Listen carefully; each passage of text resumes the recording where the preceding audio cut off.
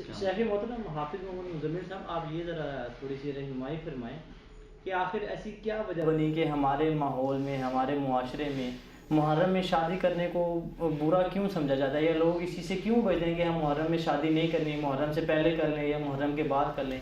ایسی کیا وجہ ہے؟ کیا اسلام میں بھی اس حوالے سے کوئی پابندی ہے کہ آپ ان دنوں میں یا اس خاص مہینے میں آپ شادی نہیں کر سکتے؟ جی، اسلام کے اندر اس کی کوئی ممانعت نہیں ہے، یعنی محرم الحرام میں شادی کرنے کی کوئی ممانعت نہیں ہے، جس طرح کہ ہمارے معاشرے میں یہ بات عام طور پر پھیل گئی ہے کہ یا تو شادیاں پہلے کریں گے یا محرم کے بعد کریں گے، اس کو 100 کا مہینہ کہہ دیا گیا، اور وہ آپ نے اچھی طرح علماء کرام سے سن لیا ہے کہ کیا یہ مہینہ 100 کا مہینہ ہے یا نہیں۔ تو اصل مسئلہ یہ ہے کہ شادی کرنا پورے سال کے اندر کسی دن بھی منع نہیں ہے، جب کوئی چاہے نکاح کرے کسی کے ساتھ، دونوں گھرانوں کی رضامندی ہو، ایجاب و قبول ہو تو نکاح ہو جاتا ہے۔ یہ بات ہمارے ذہنوں میں کیوں آ گئی ہے، جیسا کہ آپ نے سوال کیا ہے کہ یہ بات کیوں پھیل گئی معاشرے کے اندر کہ اس مہینے میں شادی نہیں کرنی، اس کی وجہ میں یہ سمجھتا ہوں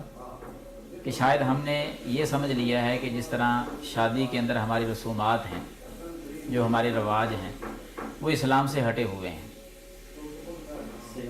یعنی موسیقی عام ہوتی ہے، بے پردگی عام ہوتی ہے شادیوں میں، جتنی بھی رسومات ہیں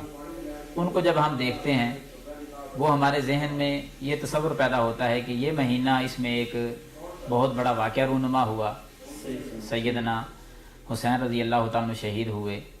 اس غم کی وجہ سے وہ چیزیں اس مہینے میں نہیں ہونی چاہیے، جبکہ یہ ساری کی ساری چیزیں، رسومات، یہ پورے سال میں کسی دن بھی نہیں ہونی چاہیے۔ اسلام تو یہ تعلیم دیتا ہے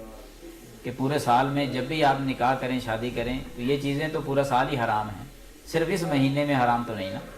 تمام پورے سال کے اندر ہر دن ہی یہ حرام ہے جب بھی شادی کریں گے۔ تو بات یہ ثابت ہوتی ہے کہ اس مہینے میں شادی کرنا منع نہیں ہے،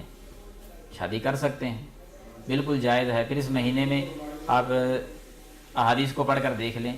تاریخ اسلام کو پڑھ کر دیکھ لیں، سیدنا عثمان رضی اللہ تعالیٰ عنہ خلیفہ سوم جو ہیں، ان کا نکاح محرم میں ہوا ہے، نبی مکرم صلی اللہ علیہ وسلم کی لگتے جگر سیدہ ام کلثوم رضی اللہ تعالیٰ عنہ کے ساتھ، وہ محرم میں ہوا ہے۔ اسلام میں تو یہ منع نہیں ہے، بس لوگوں نے اپنے ہی انداز میں اس کو منع سمجھ لیا ہے۔ میں تو کہتا ہوں کہ محرم میں شادیاں کرنی چاہیے تاکہ لوگوں کو اس بات کا علم ہو کہ اس مہینے میں شادی منع نہیں ہے۔ اللہ تعالیٰ سمجھنے کی توفیق دے۔ جیسے ماشاءاللہ شیخ محترم نے ایک بہت اہم مسئلہ ہمارے سامنے واضح کیا ہے کہ ہم تو یہ لوگوں سے سنتے سناتے آئے ہیں کہ محرم الحرام کے مہینے میں شادی نہیں کرنی چاہیے، بلکہ اس سے اگر میں تھوڑی سی آگے کی بات کروں تو ہمارا جو جنوبی پنجاب اور ملتان وغیرہ ایریا ہے، شادی تو دور کی بات ہے، اس میں تو وہ کہتے ہیں کہ اگر جانوروں کی جو ملاپ اور جفتی ہے وہ بھی محرم الحرام کے مہینے میں درست نہیں ہے، جائز نہیں ہے، اس حد تک کہ وہ چاہتے ہیں۔ تو یہاں پہ شاید اس چیز کو اگر دو حصوں میں ہم تقسیم کر دیں کہ شادی میں ہے کیا، ایک تو وہ چیزیں جو میرے شیخ نے ذکر کر دی ہیں، یہاں رسومات ہیں، گانا بجانا ہے، مرد و زن کا اختلاط ہے، یہ تمام اشیاء ہیں، یہ صرف شادی نہیں، یہ تو ہر حالت میں منع ہے۔ دوسری صورت جو شادی میں ہے وہ ہے میاں بیوی کا ملاپ، یعنی ازدواجی تعلقات، اور ازدواجی تعلقات خاتون کے ساتھ صرف اس کے ایام مخصوصہ میں منع ہے، اس کے علاوہ منع ہے ہی نہیں۔ مرگ کی وجہ سے، وفات کی وجہ سے عورت کے ساتھ ازدواجی تعلقات استوار نہ کرنا، اسلام کے اندر اس کی کوئی گنجائش یا کوئی تصور موجود نہیں ہے، بلکہ ہمیں ایک واقعہ ملتا ہے جس واقعے سے ہمیں یہ پتہ چلتا ہے کہ وفات بھی ہوئی پڑی ہے اور ازدواجی تعلقات بھی استوار ہوئے ہیں۔ سیدہ ام سلیم رضی اللہ تعالی عنہا، ان کے شوہر سفر پہ تھے اور بیٹا بیمار تھا، تو جب شوہر واپس پہنچے ہیں سیدنا ابو طلحہ انصاری رضی اللہ تعالیٰ عنہ، تو بیٹا وفات پا گیا،